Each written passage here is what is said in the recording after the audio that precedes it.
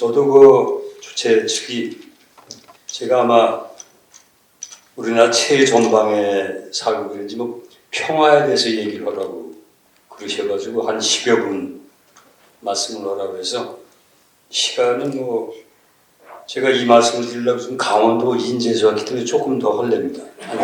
좀 더. 체험적으로 이렇게 평화를 확인을 해봅니다. 제가 있는 데서 3분만 가면 민간인 통제선 검문소가 있는데요. 남북관계가 아주 나쁘면 야간 사격 훈련 시간을 보면 압니다.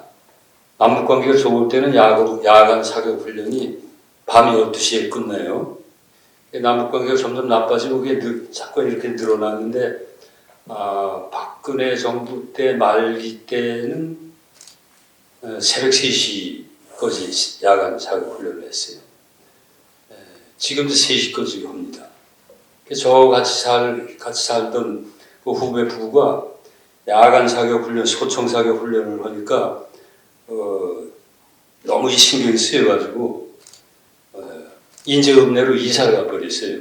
거기서 한 3km 떨어진 데로. 거긴 야간 사격 훈련은 들리진 않는데 어쨌든 지금 제일 중요한 문제가 누구나 다 이것이 가장 중요하다 저것이 중요하다 그런데 뭐 교과서적으로 한번 생각해 보면 생명의 위기가 제일 중요한 문제입니다.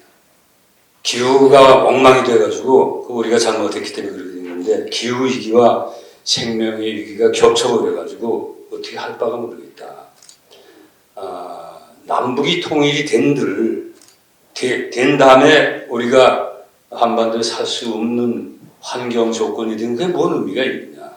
그러니까 기후 위기를 완화하고 극복하는 걸 가장 기본에 놓고 그 위에서 인간과 자연의 공생, 그 다음에 사람과 사람의 공존, 그 다음에 내 내부가 분열되지 않고 내가 온전하게 살 수 있는, 그러니까 나의 평화와 나와 너의 평화와 사람과 자연의 평화가 그렇게 합치는 그런 세상을 만드는 바탕 위에서 계속적인 민주화 사업이나 통일 사업이나 이렇게 진행이 되는데 그런 점에서 저는 우리의 통일은 한반도 생명 공동체를 만드는 과정과 내용이 돼야만 합치하는 거라고 봅니다.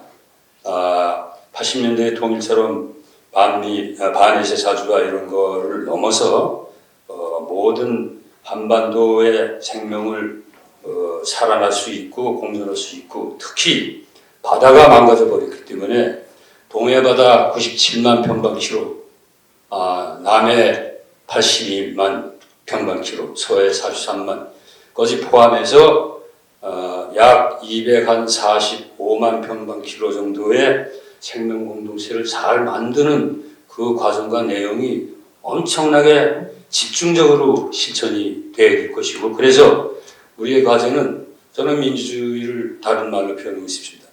지금까지 우리가 성취했던 것은 인간사회의 민주주의인데 그거가 지금 엄청나게 퇴행하고 위협을 받고 있습니다.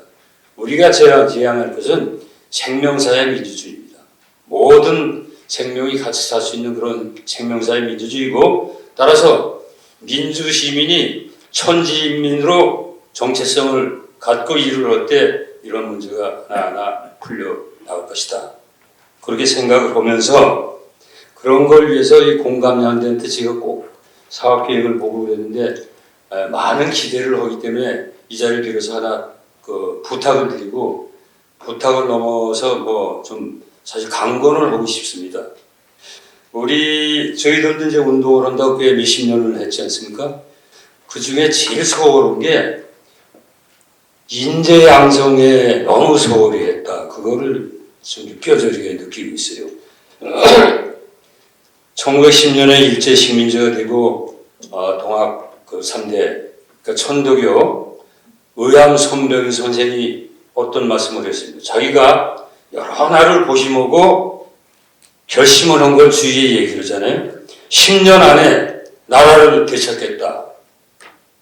주위에 얘기를 하고 그래서 가장 힘을 기울여서 한 사업이 의동 봉황각에서 3년 동안 한 교육과정이 49일씩인데 49일간 한 군데서 먹고 자면서 3년 동안 483명 인재를 육성을 해서 그때 남북조선팔도 전체 시군에 다 현장에 내려가서 뿌리를 내려가지고 몇 년간 작업을 하는 그 엄청난 노력이 그분들만의 힘으로 된 건 아닙니다만 그게 가장 핵심적인 힘이 돼서 3.1운동 200만 만세운동이 가능해졌고 1년간 정말 한결같이 싸웠던 그걸 발휘를 했는데 공감연대의 면면으로 보면 저는 우리 인재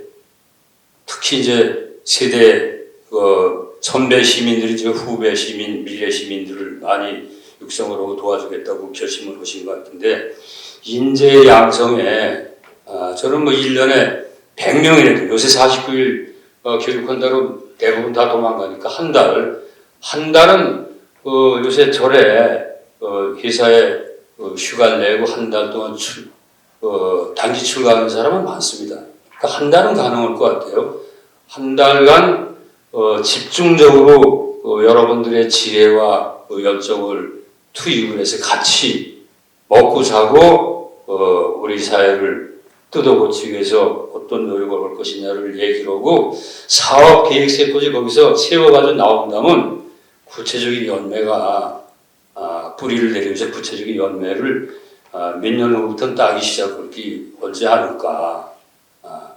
요새 제일 걱정이 뭔가 하면 공감이라는 게 제가 이거 잔소리가 있습니다만 되게 SNS로 공감을 하기 시작하면 이거 안 되는 얘기다. 같이 먹고 자는 게 엄청나게 중요하다.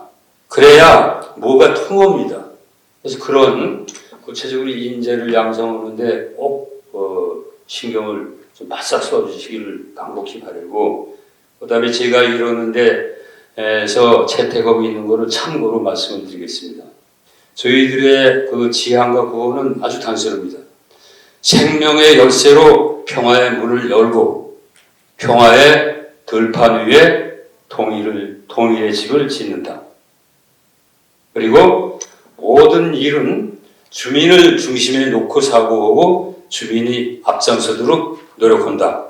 예를 들어서 이렇게 하고 있습니다. 다는 못합니다만 노력은 하고 있는데 재작년에 우리 동네 우리가 이러는데 3kW짜리 풍력발전기 2개를 만들어 세웠는데 그거는 예산을 투입해서 하는 게 아니고 예산을 만들어 가지고 풍력 발전을 배울 사람을 모집을 해서 뛰어난 강사를 초청해서 6개월간 발전기를 직접 만드는 걸 배우고 직접 만들고 나무로 프로펠러를 깎아서 세우고 10m 높이 위에 용접을 해서 세웠다.